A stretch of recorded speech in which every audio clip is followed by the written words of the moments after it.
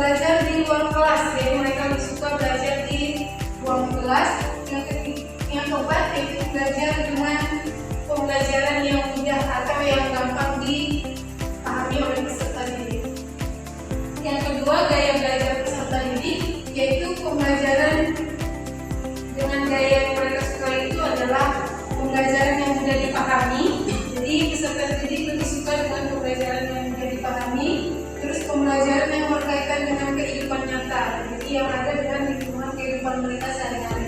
Terus gaya belajarnya juga suka dengan teknologi atau menggunakan aplikasi. Terus mereka suka bermain dan sambil belajar, jadi ada pembelajaran yang berkaitan dengan permainan. Yang terakhir yaitu pembelajaran yang menyenangkan bagi mereka, bukan pembelajaran yang hanya menonton saja. Yang selanjutnya akan dijelaskan teman saya. Oke, selanjutnya itu lingkungan belajar. Nah, berdasarkan hasil observasi kami di SMP 12 Palangkaraya, kami menemukan bahwa lingkungan belajar peserta didiknya itu yang pertama, lingkungan belajar yang aman dan nyaman. Nah, yang kedua itu adanya penghargaan atas usaha dan prestasi peserta didiknya. Dan selanjutnya itu adanya interaksi teman sebaya dan guru yang baik. Nah, jadi di SMP 12 itu juga terdapat kelompok belajarnya, baik itu kelompok belajar untuk pendidik dan juga untuk peserta didik. Nah, kalau untuk peserta didik itu seperti kelompok sebaya. Nah, selanjutnya itu adanya bimbingan menentukan tujuan belajar dan melaksanakan. Nah, ini yang diberikan oleh pendidik, memberikan motivasi ke peserta didiknya.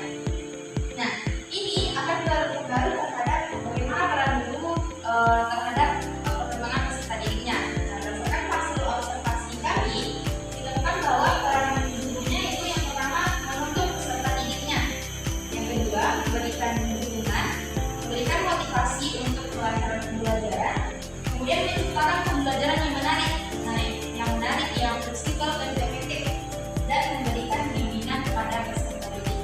Selanjutnya yang selanjutnya adalah pelajaran yang disukai oleh peserta didik. Setelah kami lakukan wawancara secara langsung di kelas, terdapat beberapa mata pelajaran yang disukai di kelas tersebut. Di antaranya adalah ilmu pengetahuan alam, seperti pendidikan agama, matematika, olahraga, pelajaran muatan lokal atau blog, dan terakhir bahasa Indonesia. Yang kami ikuti di pelajaran di kelas. Kemudian kesulitan belajar dari hasil observasi kami, yang pertama adalah mudah bosan dalam saat pembelajaran. Tidak ada pikiran bahwa guru diusahakan atau sebelum bersifat dan kita dalam dalam sehingga kadang-kala guru yang sudah tua tersebut masih melakukan pembelajaran satu kata sehingga sesuatu tidak. Kemudian yang kedua adalah kesulitan memahami pelajaran dari pembelajaran itu.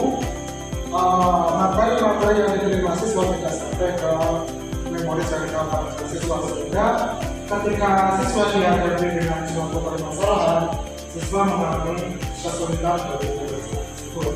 Kemudian yang ketiga adalah perlu belajar membaca. Kemudian selanjutnya adalah kesulitan dalam perhitungan matematika, dan yang terakhir adalah kesulitan dalam pelajaran. Baik, demikian hasil observasi kami di SMP Negeri 12. Atas perhatiannya kami ucapkan terima kasih.